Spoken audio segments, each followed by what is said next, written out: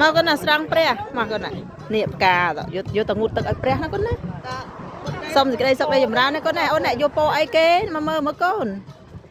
យកពោអីគេកូនកំមុំម៉ាក់មើលមើលអូយរើសផ្កាមើលកូនទៅស្រង់ព្រះកូនណាអូយថ្ងៃនេះកូនម៉ាក់ណែលាបពាក់អូយស្អាតណាស់នារីខ្មែរយកពណ៌ក្រហមអូនយកពណ៌សតើកូនណានាំគ្នាទៅស្រង់ព្រះកូនអូយកូនកន្លះកូនកំមុំម៉ែមកប្តីមកស្រង់ព្រះសំដីសុខឲ្យចម្រើនអស់គ្រោះអស់នេះ